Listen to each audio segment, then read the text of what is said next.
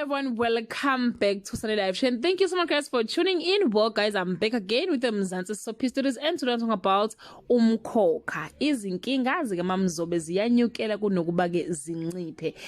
Walanda umlungisi ke ekhaya ngenhloso ukuthi ke a benefit naye ezimalini zasebandleni cause unenkolelo ukuthi ke umthembu uyamkweleta kanti ke akabuzanga elangeni. Umlungisi nomndeni wakhe wakwaMzobe abafune lutho oluzobahlanganisa noThenjiwe.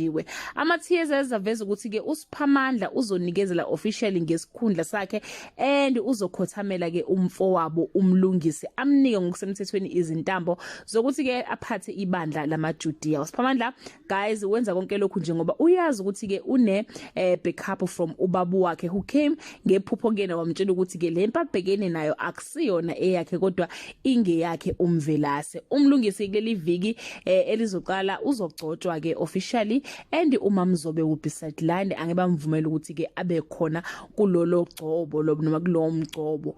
And then ke okunye kuzokwenzeka ukuthi ke uDifa uzofaka isehlukaniso noMamzobe bese kuthi ke umlungisi uzobopha ifindo lika sofa silahlane nonokubonga. Umbuzo enginawo guys ukuthi ke how will umlungisi survive as a church leader yamaJudiya because yena kahle kahle nje akahlangani nento ethi isonto. So asazi ukuthi ke uzoliphatha kanjani leli bandla and amalungu ebandla azomemukela kanjani. Kodwa ke hayi ke impela siyoyicela ivuthiwe. As for uMamzobe cha kusazoba nzima impela kulenyanga esikuyo. That brings us to the end of this video. Do leave your comment below and share your opinion.